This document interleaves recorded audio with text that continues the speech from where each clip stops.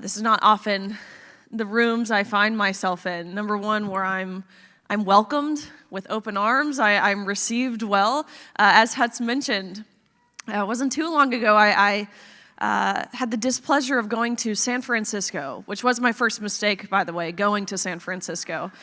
But I went to San Francisco State University. Of course, it's been a mission of mine, a passion of mine these past really 2.5 years or so to get on campuses, to really, both high school and colleges, and to really mobilize and engage with the youth. Of course, this is a demographic that I believe is often left out of these important deemed political conversations, and so I love doing it. So been on about 80, 100 or so different campuses. Went to San Francisco State University.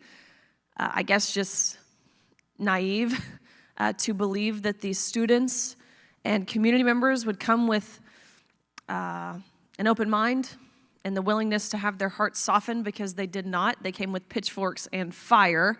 And upon delivering my message in a relatively similar forum, it was a classroom setting, so there was a podium at the front, there was a whiteboard behind me, there were doors at the back, seats out in the audience. Upon delivering my message, a group of protesters rush in, hundreds of them, and they turn off the lights to the room. So it goes pitch black. A room like this, there's no windows.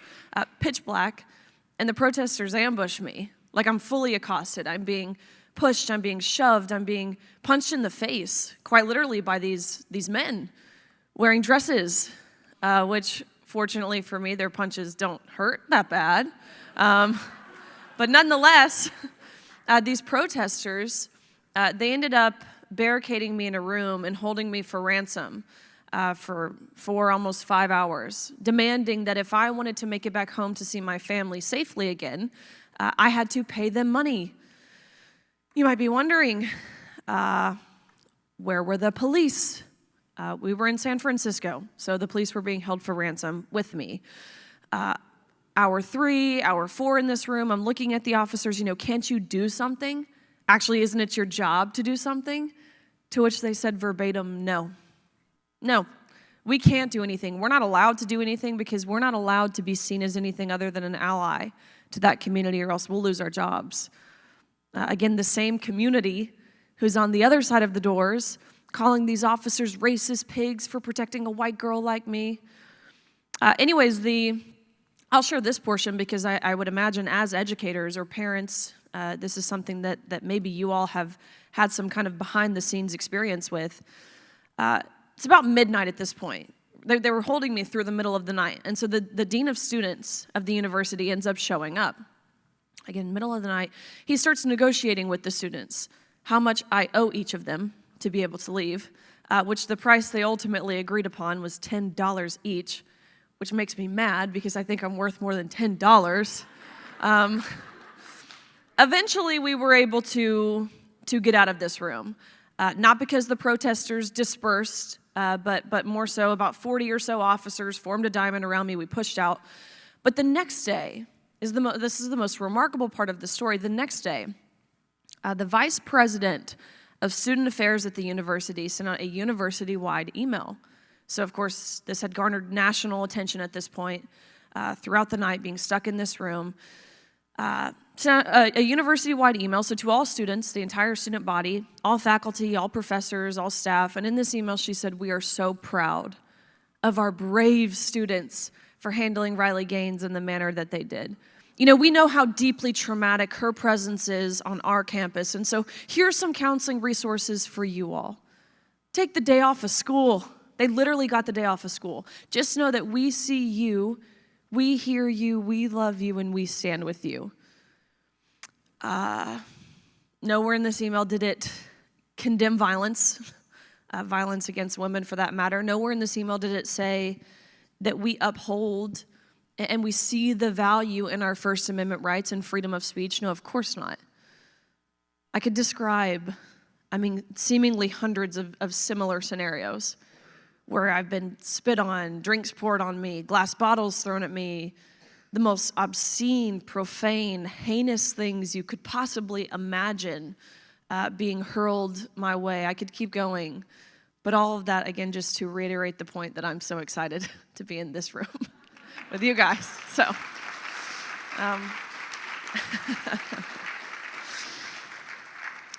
Look, I'll just give a very brief background of how I have found myself here. As I imagine many of you have children. Started swimming when I was 4, graduated when I was 22, so dedicated 18 years of my life to my sport. Again, probably don't have to explain what this is like. As parents of athletes, maybe athletes, former athletes yourself, you understand the time, the hours, the dedication, the sacrifices that you have to make to compete at and ultimately be successful at the highest level. I was no different. Began getting recruited for college. I'm very biased. I'm sorry, the SEC is the best conference. I knew I was going to stay in the SEC. Knew I was going to stay in the SEC. Did not know I was going to go to the University of Kentucky. As a lifelong and very proud Tennessean, I thought the only things that came from Kentucky were like meth and Mountain Dew. I don't know. Not interested in either of those things. But took a trip there, fell in love. I fell in love with the university. I fell in love with the team, the campus, the resources that they provided to us outside of even just athletics. The resources they poured into our academics, into our service, both things that really mattered to me. And so on a whim, I committed here, and there really couldn't have been a better place for me. Very proudly finished my career there as a 5-time SEC champion, a 12-time NCAA All-American, actually the SEC record holder in the 200 butterfly, making me one of the fastest Americans of all time. 2-time Olympic trial qualifier, SEC Scholar Athlete of the Year, SEC Community Service Leader of the Year. The list goes on, but again, just to highlight the fact that it's a lifelong journey to reach that point. Flash forward to my senior year. Had set a goal of winning a national title. This came after my junior year, placing 7th in the nation, which I was proud of. To be top 8, you're an All-American. It's a pretty high honor, but didn't go my best time. I knew I was capable of more, and so set a goal for winning a national title in my senior year, which would, of course, mean becoming the fastest woman in the country in my respective event. Senior year rolls around. I'm right on pace to achieve this goal. About midway through my senior season, I'm ranked 3rd in the nation in the 200 free, trailing the girl in 2nd, a girl I knew very well, by a few 100ths of a second, very small margin. Our sport is one that's measured in a very small margin, 100ths of a second. But the swimmer who was leading the nation, by body lengths, might I add, was a swimmer that none of us had ever heard of before. Not me, not my teammates, not my coaches, none of us. And this was the first time we became aware of a swimmer named Leah Thomas. Lots of red flags at the time. Keep in mind, we hadn't seen a photo of this person, or else things definitely would have been a little more clear. But for all we knew at the time, this was a senior from University of Pennsylvania, which is not a school that has ever historically produced that caliber of swimmer, leading the nation again by body lengths in events ranging from the 100 freestyle, which is a sprint, all the freestyle events in between through the mile, which is, of course, long distance. I mean, none of it made sense. I'm scratching my head. I'm talking to my coaches. Who is this? We had no idea. And we continued to stay in the dark until an article came out. And this article disclosed very briefly that Leah Thomas is actually Will Thomas and swam 3 years on the men's team at University of Pennsylvania before deciding to switch to the women's team. And so when I read this, of course, I was shocked. My whole team was shocked. But really upon reading it, I felt this sense of relief. Like, oh, duh, that makes sense. This person's a man. That's why they're leading the nation in so many events by such a large margin. This feeling of relief was only further solidified when I went to look up who Will Thomas was. Unsurprisingly, this was a very mediocre male swimmer, actually probably generous. Really, this was a less than average male swimmer competing at the Division I level, ranking in the 400s and 500s nationally the year prior, to then just 12 months later dominating, not just number 1, I mean dominating the entire country of women. But again, kind of why I say I felt relieved, because I imagined that the NCAA would see it how I saw it. And again, how my teammates saw it, how my coaches saw it, how my parents saw it, how anyone with any amount of brain activity would probably comprehend this information. There was already a policy in place for doping, right, for taking performance-enhancing drugs. I believed, naively, without ever looking into it at the time, because I never knew I would have had to, that the NCAA had policies that would prevent men from entering into women's sports. But no, lo and behold, the NCAA saw nothing wrong with this. And so about 3 weeks before our national championships in March of 2022, they released a statement saying that Thomas's participation in the women's category was a non-negotiable, meaning there was nothing we could do. There was no questions that we could ask. There were no concerns that we could raise as women, as female athletes. We were quite literally told we had to accept this with a smile on our face. And so I watched that first day. It was the 500 freestyle, which is not an event that I typically do. And so I watched that first day as Thomas swam to a national title in the 500 freestyle, beating out Olympians, beating out American record holders. I mean, keep in mind, these aren't scrubs.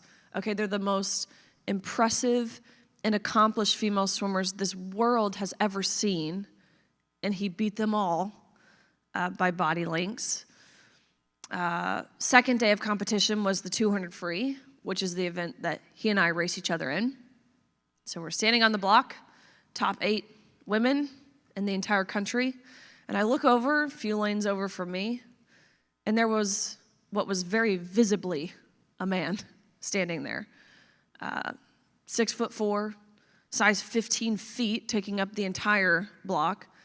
Visible from his side profile is not only his Adam's apple, but to be very explicit, the bulge in his women's swimsuit. It was very obvious this was a man. But we were being told to deny what our eyes were seeing, what our ears were hearing, what our gut instincts were telling us to be true.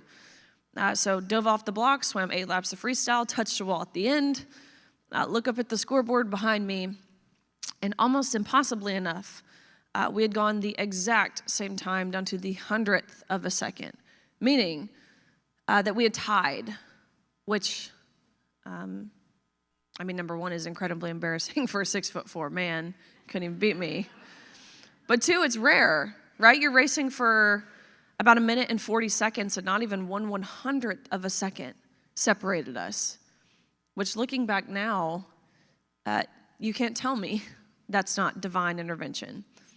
So anyways, we get out of the water, we go behind the awards podium where the NCAA official looks at both Thomas and myself, again, him towering over me, and this official says, "Great job, you two, but you tied. We don't account for ties. We only have 1 trophy, so we're going to give the trophy to Leah. Sorry, Riley, you just don't get one." And I was so taken aback by this. Having just competed, my heart rate was still high, my adrenaline was still pumping. The first thing that I thought ended up being the first thing that I said, and the first thought that I had was, isn't this everything that Title IX was passed to prevent from happening? What do you mean you're going to give the trophy to the man in the women's 200 free? To which he wasn't prepared to answer the dreaded question of why. They didn't give him a script of what to say when someone asked why. And so he stumbled on his words, and he's, and I appreciate his honesty. I really do. And understand, this is when the official, his face changed. He looked sad. He sounded sad. I could tell he didn't even believe what he was about to say. And he looks at me and he says, "I'm so sorry, but we have been advised as an organization that when photos are being taken, it's crucial that the trophy is in his hands. You can pose with this one, but you have to give yours back. He takes the trophy home. You go home empty-handed, end of story." And let me tell you what. Well, first let me reiterate something, make something very, very clear. It was never about the trophy, like the tangible object itself. I have people all the time who will comment like, sore loser, you just wanted to, it has nothing to do with the trophy. Of course, it was the principle behind why they were doing what they were doing. I'm a 12-time All-American. I have lots of those little $5 production dinky trophies at home. Never about the trophy. It was in that moment, standing on that podium, sharing my placement with a man standing 8, 9 inches taller than me, holding this trophy I knew I had to give back, when I just had this realization of, Riley, how in the world can you expect someone to stand up for you if you're not even willing to stand up for you, this has to come from you all as women, as female athletes. And I say that, how can you wait? Because that's what I was doing. Truthfully, I'm ashamed to say it. I was waiting for someone else to say something because I thought surely someone else would. I didn't think it was my job. I didn't think it was my duty, my responsibility. I was just there to swim. I trained my whole life. I trained all season for this moment. It was the culmination of my career. This was the last meet I would ever compete in. Capped off 18 years of training. I was just there to do as best as I could do performance-wise. And now I have to bear the burden of taking this on. No, that's not my job. It's a coach's job. That's an official's job. Maybe some other swimmer will do it. Someone's parents. Surely a dad will come down there and yank this man out of our locker rooms like my dad so desperately wanted to do. I didn't think it was up to me. And I after this race, I realized something, that by even getting in the pool that day, I was just as guilty as the people who created and enforced these policies. I had participated in the farce. I was willing to go along with it. I felt an overwhelming sense of guilt and conviction following that, and it was really that moment on that podium where I decided it would be me. I didn't know what this was going to look like. Of course, I could have never anticipated the direction it would take me, career-wise. Being here today, I could have never anticipated this. So that's kind of the unfairness of it. Again, coupled with the locker room scene, which kindergartners can understand how men and women are physically different in a way that would make men advantageous in sports. But what you probably can't comprehend is the feelings of just total violation in an intimate area of undressing like a locker room when a 6'4" man walks in. Put yourself, better yet, put your daughters, your granddaughters in our shoes. You're in this locker room, putting on your racing suit, which is skin tight. It's paper thin. It takes like 15, 20 minutes to really poke and prod yourself into these suits. That's 15 to 20 minutes of which you're fully exposed. And I think locker rooms in general aren't necessarily a comfortable place, if you will. But growing up a swimmer, you almost become comfortable being vulnerable in that environment. That vulnerability is stripped from you.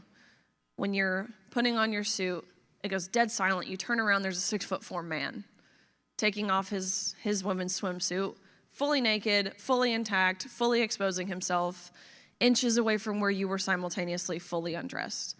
All the while the adults, not only did they allow this to happen, they celebrated this.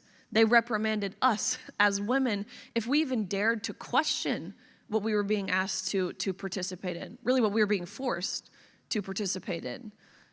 On top of the silencing that we faced, understand what we went through. And again, I would imagine many of you have seen this play out in your own lives in some way, in some circumstance. The emotional blackmail, I think that's the best way to put it, that we faced to stay quiet. How our universities did everything in their power to keep us from using our voices, to effectively muzzle us, to believe that we were the oppressors in this story, how he was the victim. He just wanted to be happy. We were impeding on his happiness. How could we live with ourselves? There's so much more to life than winning. Sports are about camaraderie and friendship and being happy, which let me tell you, never once at 4:30 in the morning when I was about to jump into a cold pool did my coach ask me if I was feeling happy that day. I wish he did, and my answer 10 days out of 10 days would have been absolutely not. Anyways, I could list example after example after example, how they compared us feeling like we didn't want him in our locker room to the segregation of African Americans, how we were equivalent to white supremacists and the KKK and racists in the 1960s and prior, how our rhetoric could be harming someone somewhere, someone could die, and we would ultimately then be murderers. How could we live with ourselves if we knew we had this blood on our hands? We would lose our scholarships, you'll lose your friends, you'll never get a job. That's what they told us. Your employer will look you up if you speak about this, and they'll see that you're a transphobe. And no one's going to hire you. It's standard practice. They look up their employees. No one will ever hire you if you speak about this. That works when you're talking to a bunch of 18, 19, 20-year-old girls. Anyways, all of that in short, believe it or not, that's the in short version. That is how I have found myself here. But I would imagine much more important than how, and a question many of you have probably asked yourselves over the past 5 years especially, some of you, probably the people in this room, much longer than the past 5 years, is the question of why, right? Like, why is this happening? Why is our culture being plagued by this chaos? Why does it have us in a chokehold? Why are we so willing to go along with this? As a Christian, I feel very confident in answering the question of why, because the Bible tells us why. We're told and we're warned of a time where these spiritual battles will intensify, where darkness will be seen as light, where bitter will be seen as sweet, and where evil will be seen as moral. And it's undeniable that that's not where we're at, even still with Donald Trump in the White House. But from a worldly perspective, answering the question of why is this happening? Understand, number one, it's so much broader than just women's sports. Okay, it's so much bigger than having to share the podium with a man. Number one, children are being mutilated and sterilized. There is nothing more sinister, maybe outside of abortion. Prematurely ending life, of course, that's unthinkable, especially now as a mom to be 30 weeks pregnant with a little baby girl. I can't even fathom the thought of abortion. But to think how we have reached a point where these people who call themselves healthcare providers, that's really rich. I would prefer the term unregulated butchery providers. These are people who insurance companies are paying, healthcare facilities and providers are covering for. You have healthy children, confused maybe, sure, but otherwise healthy children walking into a clinic, a doctor's office, and with little to no consultation, they're being prescribed hormones, administered drugs, going through surgical procedures, having their breasts removed. As young as, we've heard stories, people, of course, like Chloe Cole, who's a friend of Turning Point, at 15 years old, had her breasts removed. Realized pretty quickly after that she made a horrible, horrible mistake. Her healthcare providers abandoned her completely because they realized there's no money in detransitioning and helping you once we've already done this. We've created this Frankenstein lifelong patient here, but there's no money in helping you return back to your previous self, the person that God has created you to be. And of course, how amazing is it that we have a creator who doesn't make mistakes. But overall, this denial that we've seen pushed so radically and with such persistence from the other side, the past 5 years especially, but again, it's been going on, I have realized now, much, much longer than the past 5 years, this denial of truth entirely, saying that men can become women, women can become men can get pregnant, tampons belong in boys' bathrooms. These ideas, it's a total denial that objective truth, that reality, immutable truth exists. And that's a really, really scary thought when you think about it. So these cultural wins, I don't think they should be underscored because it's foundational. If we are willing to say that men can become women, there are no limits to what we are willing to deny. Think about it. What's the next thing? Age? Should I be able to identify as 65 and collect Social Security benefits? It sounds absurd, doesn't it? Like that sounds like the craziest thing ever. But how is that any more absurd than the denial of sex, man and woman, it's the sheer essence of humanity. It's the exact same premise. And again, that's a really scary thought, and you should be asking us where that's headed, which lots of thoughts there. But I do believe it's headed to a point where there's an attempt to normalize pedophilia in that way where age is kind of just, yeah, sure, this person's 12, and yeah, sure, this person is 45, but it's just age, it's just a number. You can identify as something other than you wish. It's a really, really scary thought. All that to say, I feel more hopeful at this point than I have felt at any point over these past three and a half years or so. Of course, we have seen win after win after win after win with Donald Trump back in the White House across the board. From the national stage, of course, we have seen President Trump signing executive orders declaring there are only two sexes, male and female, signing EOs barring men from participating in women's sports, where, of course, you still have your typical bad actors who are willing and ready to defiantly ignore this at all costs. People like Governor Newsom, people like Governor Mills of Maine, Washington, Oregon, Minnesota, the list goes on. It's the usual suspects, the people that you would imagine are ignoring President Trump. They think they're giving, like a middle finger to President Trump, which is not at all what they're doing, by the way. They're giving a middle finger to little girls, which is, again, pretty sick and sinister.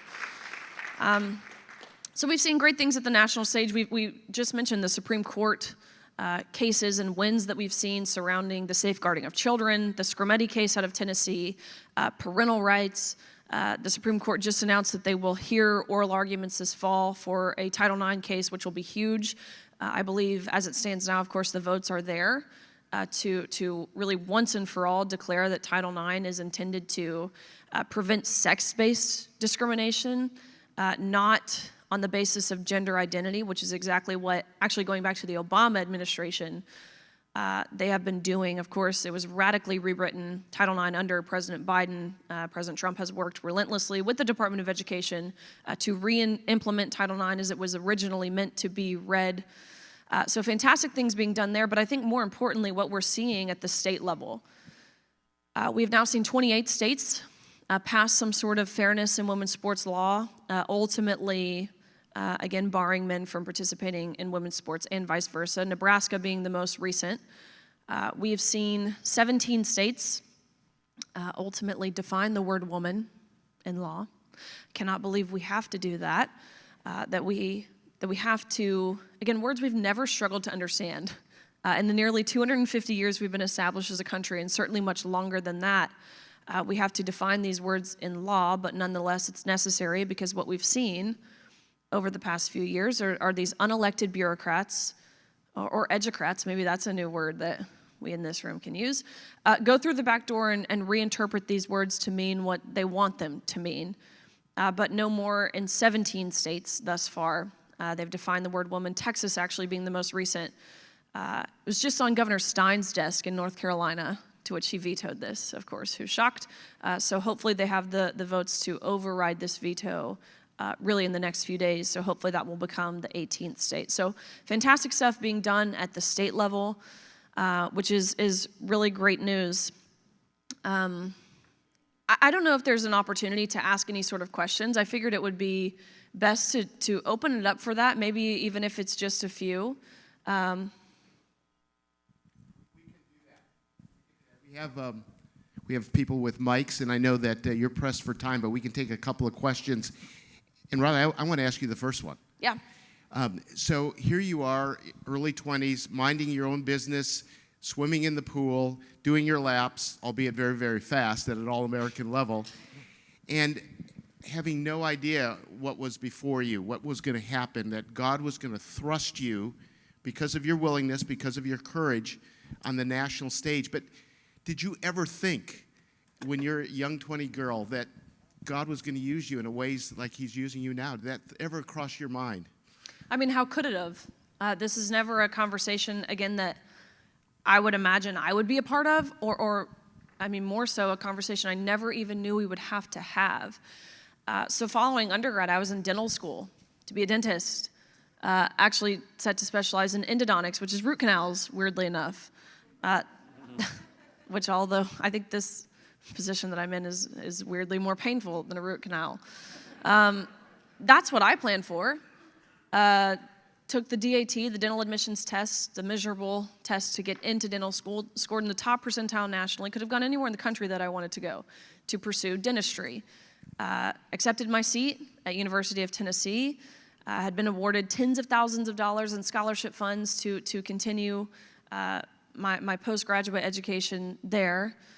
That's what I prepared for. I knew nothing about politics, literally nothing. I knew we had 3 branches. Didn't know what they did. I still don't really know what they do. I don't even think they know what they do, actually. My public speaking courses in college, my face turned the color of a tomato. Like this is never what I wanted to do, but I didn't feel, qualified for it or prepared for it. But I was really wrong in assuming that that's how God works, that he calls those who are already prepared, because that's not what he does at all. Actually, quite the contrary. He prepares those who he calls. And if he brings you to something, he'll certainly bring you through it, just like he did with Moses, who led the Israelites out with Aaron and his staff, just like he did with Joshua, who he promised a victory over the Canaanites, and just like he did with Esther before she was brought before the king. So it's been a lot of trusting and obeying, and I pray every single day. I pray for strength. I pray for wisdom. I pray for guidance and protection. And it's crazy because I feel him provide those things. I'm able to do what I do, truthfully. People say all the time, how can you withstand the negativity or the pushback or the hateful comments? To which my response is easily. Easily. I do it with a smile on my face because I know, number one, I'm not fighting for anything of this world. I am fighting for the hope and the promise of eternal life. That is what I am here on this planet fighting for. So, well, yes, of course, I'm standing for objective truth. Far more important to me, I'm standing for biblical truth. And it goes back to the first book, like he made them male and female intentionally and uniquely in his perfect image. So it allows me to do what I do. Once I had that perspective shift, I could care less. Like truthfully, like it's in one ear, out of the other, right over my head. These people who want to leave negative comments, by all means, feel free. I know, I'm so secure and confident with myself, with my position on this argument, on this ongoing debate, that it's feel free to leave your comments. I think it speaks more about you than it does about me. So, great answer, Riley. Thank you so much. I think we have time for a couple of questions. Hi, good morning. Thank you for being here. It's super inspiring. So I served in the military for about 8 years. And my last year in the military, I actually found myself writing a policy that it would be okay for field exercises for our female soldiers to shower in the same places as our male soldiers, vice versa. I was an unbeliever, and when I got out, shortly after I was saved. And wow. So I remember looking back to that policy and thinking, how could I have written that? How could I have really in good faith handed that to my commander and said, please sign this, sir? There's no way that now as a believer saved by the redeeming work of Christ alone that I could ever feel comfortable with that. So when you really spoke about the guilt, about sitting there and doing that, I think about the female soldiers I left in that position to say, this is what you have to do because your commander says so. So I really appreciate you speaking to that. But also, I now have 4 children and 3 boys and 1 little girl. So what would you say, since you are also right down that path, what would you say to a 4-year-old little girl who has all brothers, to her uniqueness and her identity in Christ? What would you say to her? I bet she rules the roost. She does. That's so funny. My family is the exact opposite, where I have, there's 3 girls and 1 boy, and so I feel for your daughter, but at the same time, I'm sure she's totally spoiled and has many, many protectors in her life, which is really a blessing. What I would say to your daughter is, number one, you deserve to be able to call yourself a champion. And that's that message is in stark contrast with what she's been told culturally and societally the past, 4 or 5 years. These are girls who have dreams. dreams to succeed, dreams to achieve, whether it's in athletics or beyond, in their career, in their relationships, within their personal life, like whatever the setting is, and they've been told the past 4 years that they should apologize, basically, for being a girl. We've been silenced as women, telling us again to let your guard down, ignore your gut instincts. It's fine that there's a man in your locker room, that there's a boy undressing next to you. You should be okay with it, or else you are the problem. So my message to your daughter would be, number one, never ignore your gut instincts, to always call out an injustice when you see it, whether it's to yourself or you're witnessing this happening to someone else. And to be bold, stand unapologetically, stand firm, because what I have found in doing that is there are so many more people who think the way that you and I think and feel, especially regarding these cultural topics, than we were led on to believe. We have to remember that the majority of people, 77 million people actually, voted for Donald Trump. And I believe, of course, people turned out to embrace Trump, to embrace his America First agenda, to embrace his cabinet picks, whatever it is, but more so I believe that people turned out to the polls to support Donald Trump, to reject this absurdity. I think just knowing that, again, we are in the majority, it provides that cover to feel more confident and comfortable in saying what so many people already know to be true. So you'll have to tell her I say hi, too. Yeah, that's really sweet. Hey, Riley, thank you again from all of us here. I mean, I'm a parent of a 5-year-old little girl as well, so thank you for answering her question. It was probably mine. But I guess going back to, and I've been following your story for some time now, even from back in my time at Project VIRTUOUS, following this whole crazy debacle that we had these last few years. My question is, that infamous scene in the locker room where you guys were all coming to this new normal or this realization, even now, as you know, the administration has changed, do you think, or have you guys talked to lawyers about that scene? I mean, isn't there some kind of like assault by proxy or sexual like crimes or something that you guys have considered going against not only Leah, but the NCAA and the administrators who like forced a man into the locker room with you? Love this question, and it's something that I think when you're 20 years old, 18, 19, 20, like your mind doesn't initially go to suing or taking legal action, right? Like I think too, especially for athletes, like we don't necessarily like to see ourselves in as victims in situations. But truthfully, in that situation, we really were. And so I'll tell you when I had kind of like an epiphany about this. The NCAA was having their annual conference where they announced their NCAA Woman of the Year, which is the most prestigious honor for collegiate female athletes. It's something that embodies not just your athletic achievements, but academic service, the list goes on. It showcases a well-rounded human being, student athlete. And so each university gets one nominee across all of their sports teams. So I was so honored when the University of Kentucky chose me to be their NCAA Woman of the Year.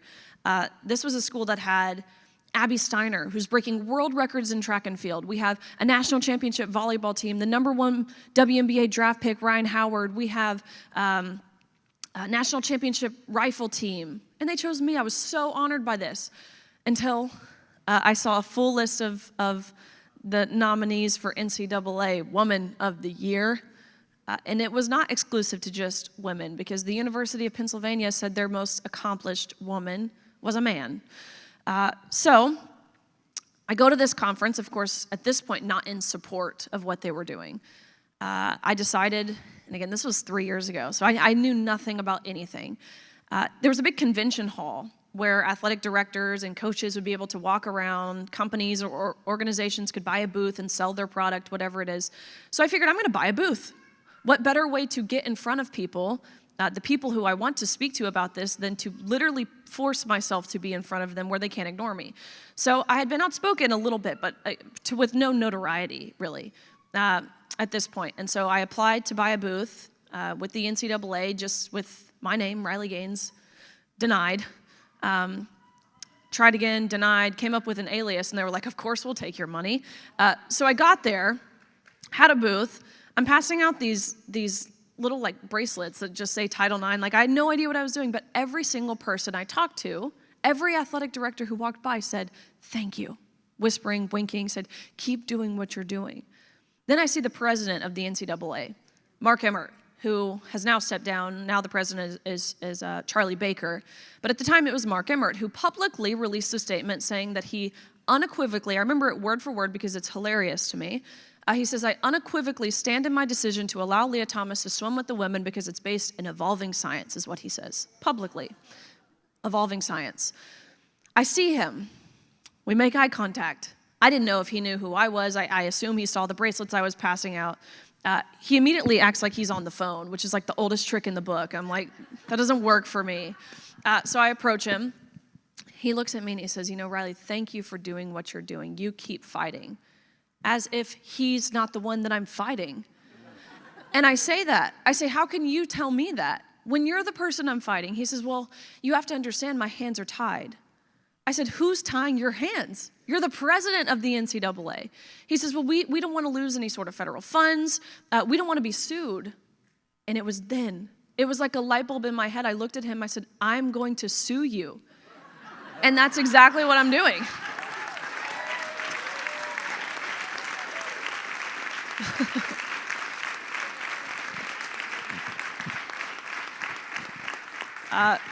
So I am. I'm suing the NCAA. It is the suit is called Gaines versus NCAA. We've garnered 19 other plaintiffs across many different sports who have been on the receiving end of these harmful, regressive, discriminatory policies. And so we've been pushing forward. It's been ongoing now the past, I think, a little over a year. Super fun to sue someone with such deep pockets, by the way. Always a good time. But what is being laid out very clear, of course, the whole legal process is very long and drawn out. Lots of stalling, lots of waiting periods. But the recent wins that we've seen, how University of Pennsylvania came to the table, signed this resolution agreement, it's not looking in their favor. And what they did, again, was very clearly and explicitly violate federal law. So I feel very confident that we will be successful in this suit. They've now just been desperately trying to file motions to dismiss. You know, we've done what we can do. We were following the law at the time. We understand the law's changed. We're going to change our policies, but we're not allowing them to walk it back. So all that to say, we need to sue the other side. That's what they do so well. Again, that's why Mark Emmert was so fearful. He didn't want to be sued by the other side. It didn't even cross his mind that our side could sue. Therefore, I think we need to take more action on the legal front because ultimately that's how you make lasting change. So, Riley, thank you so much.